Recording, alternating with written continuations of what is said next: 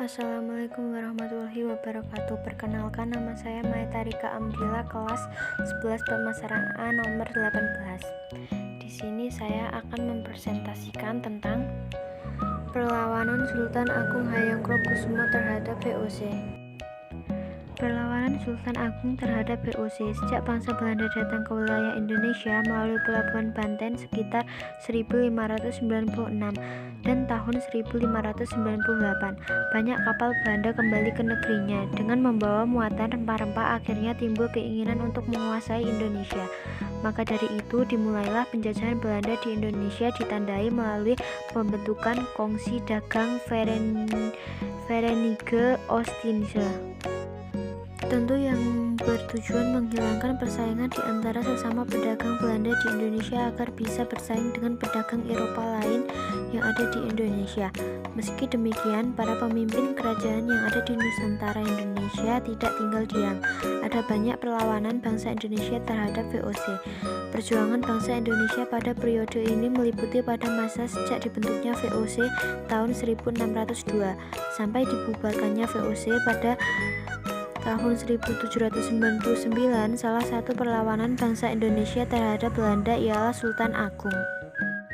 Perlawanan Sultan Agung terhadap VOC. Siapa yang tidak kenal dengan tokoh raja terkenal dari Mataram Islam? Sultan Agung adalah raja yang paling terkenal dari kerajaan Mataram yang mempunyai cita-cita: 1. Menyatukan seluruh tanah Jawa di bawah panji-panji Mataram.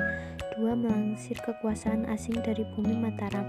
Ataupun keinginan kuat untuk mengusir VOC disebabkan oleh beberapa faktor antara lain: 1. Kehadiran komponi Belanda di Batavia dapat membahayakan kesatuan negara yang dalam hal ini monopoli yang dilakukan oleh VOC.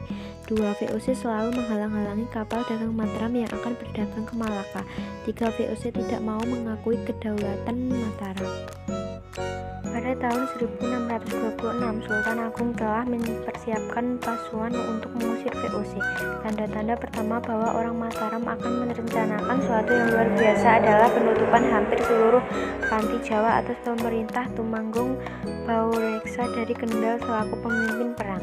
Pada 22 Agustus 1628, Tumenggung Baureksa, panglima tertinggi armada Jawa, tiba di pelabuhan Batavia dengan 50 kapal yang lengkap dengan pembekalan yang sangat banyak. Selanjutnya datang lagi 7 kapal Mataram yang akan menuju Malaka singgah dulu ke Batavia. VOC berkeinginan untuk menghalang-halangi datangnya kapal-kapal Mataram namun tidak membuahkan hasil.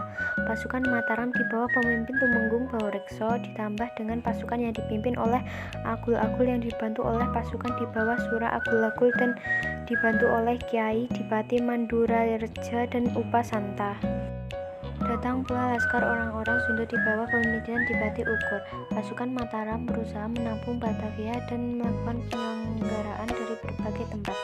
Terjadilah pertempuran sengit antara pasukan Mataram melawan tentara VOC di berbagai tempat. Tetapi kekuatan tentara VOC dengan senjatanya jauh lebih unggul, sehingga dapat memukul mundur semua lini kekuatan pasukan Mataram.